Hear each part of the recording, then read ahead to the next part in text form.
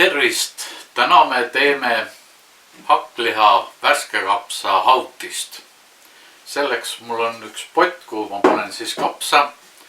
Siis üks teine pott, millesse ma panen siis kartulikeema, sest seda värske kapsa hakkliha hautist pakutakse ikka koos kartuliga. Ja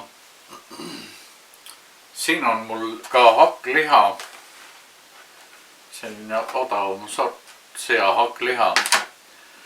Selles potis või kausikeses ma panen endale käima sellise puljongi. Siia panen siis sibula ja kapsa võtangi siia ette. Kapsa hakin siis siia valmis. Ja selleks mul on üldse 3 nuga, see on kartuli koorimiseks, see on väiksemateks töödeks ja kapsa lõikamiseks, hakkimiseks on siis see. No, kapsast tuleb kõigepealt muidugi see juurika osa välja lõigata ja siis juba hakata natukese haaval peenendama. Nii, nüüd siit tuleb muidugi natukene käsitsi ka lehti pealt ära võtta, sest et keegi ei taha ju sellist kuivanud lehte selle hautise sisse. Võib-olla ka teise võtaks ära, siis oleks nagu päris korras. Nii. Selle pealmise kihi ka lõikame õhukeselt maha.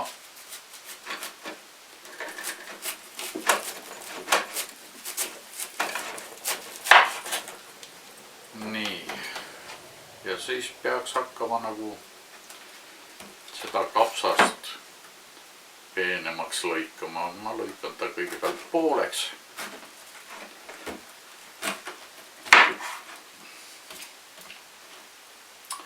Ja seejärel hakkan nagu peenelt lõikama selliseid juppe.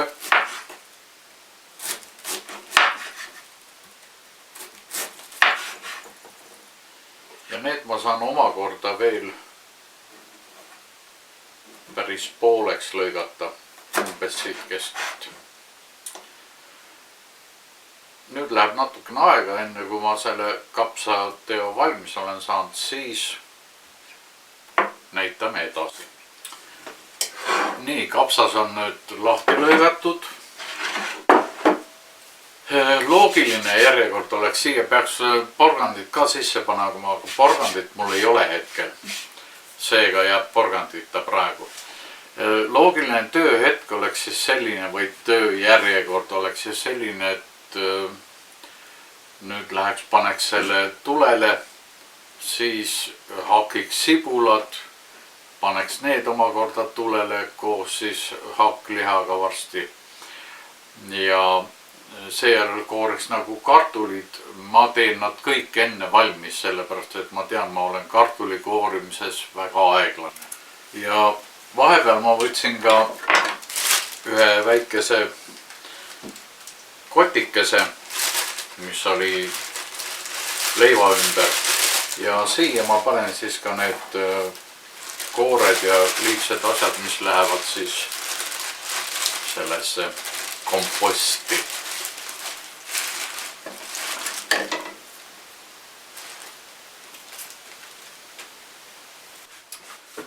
Kartulid on nüüd pestud. Nüüd pole muud kui kartulid kotti panna ja siis ära keeta.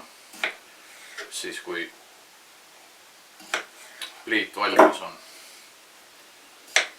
Üldiselt nende retseptidega on niimoodi, et need põhiretseptid nagu värske kapsahautis hakklihaga,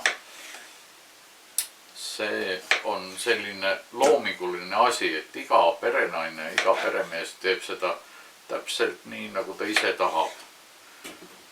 et kui on näiteks retseptis, et porgand on sees, siis vabalt võib seda ka mitte panna. No kapsas ja hakkliha, need on ikka need põhiasjad, need peaks ikka olema. Nii, järgmisena võtame ette sibula. Sibul tuleb siis hakkida täpselt nii peeneks, nagu te ise tahate seda.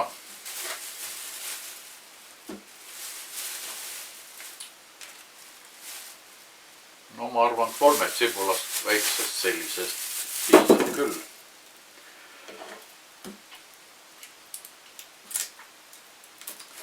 Ka sibula lõikamisel ja hakkimisel on mitu erinevat nippi ja no ei ole mina neid ka nii väga palju uurinud, aga selline lihtsam on. No näiteks lõikame selle siit pooleks ja siis peaks nagu lihtsamini ära tulema see kest, mis tal siin ümber on.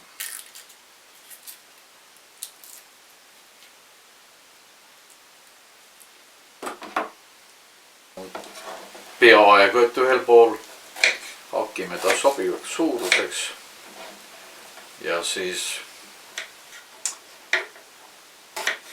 mingid asjad lendavad käest. Nii, senikaua kuni pliit soojeneb, ma räägin veel mõned põhitõed üle. Näiteks pliidi kütmisel kõigepealt tuleb 2 siibrit lahti võtta, siis panna midagi pliidi all põlema ja kui tahate, et see soojeneks kiiresti, siis peate nad võimalikult väikeseks tegema, nagu mul näiteks need siin on tehtud. Ja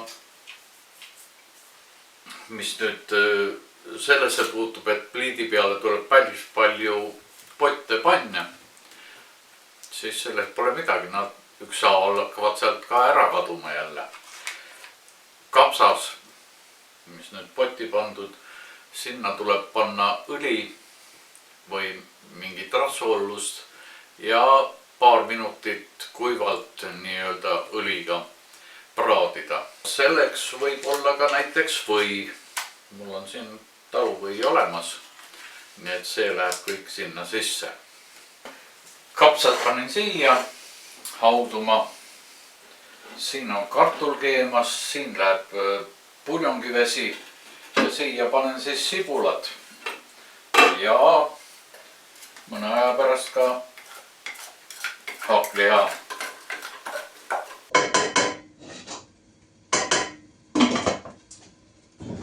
Ja ka sibul mul praegu hetkel on väga hästi juba ilmet võtma. Nüüd kapsa sisse panen ka veel estragoni ja punet.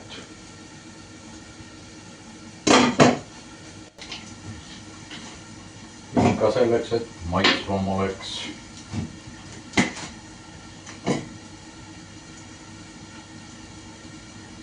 Ja no maitsetaimi ja asju tuleb panna täpselt oma tunde järgi. Baasipliidi peal ei saa sellist asja teha, et sa võtad vahepeal nagu pliidi servale ja lased tal olla. No nüüd vahepeal võib muidugi ka selle teise siibri kinni panna,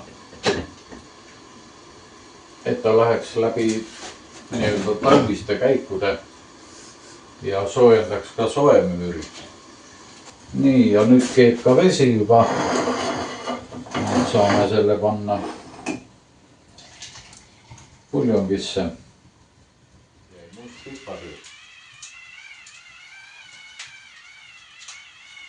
Panen selle ka siia peale.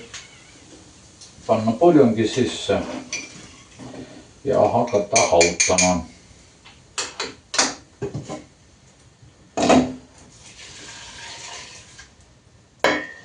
Nüüd on siis õige aeg panna hakkliha ka sisse, mis siin panni peal enne ilusti valmis oli.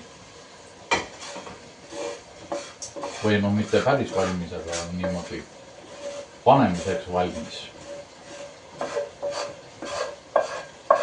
Selle kõik ilusti sisse segada.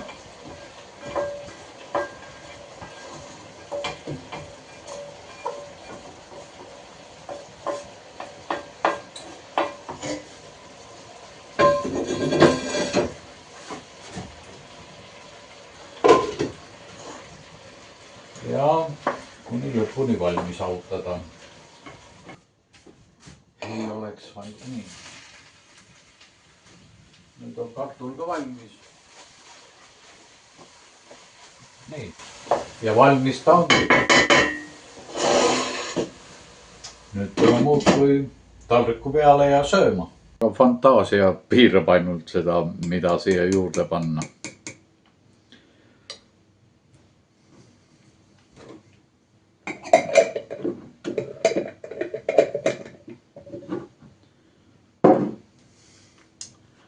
Paar võileiba on ka ja teetass.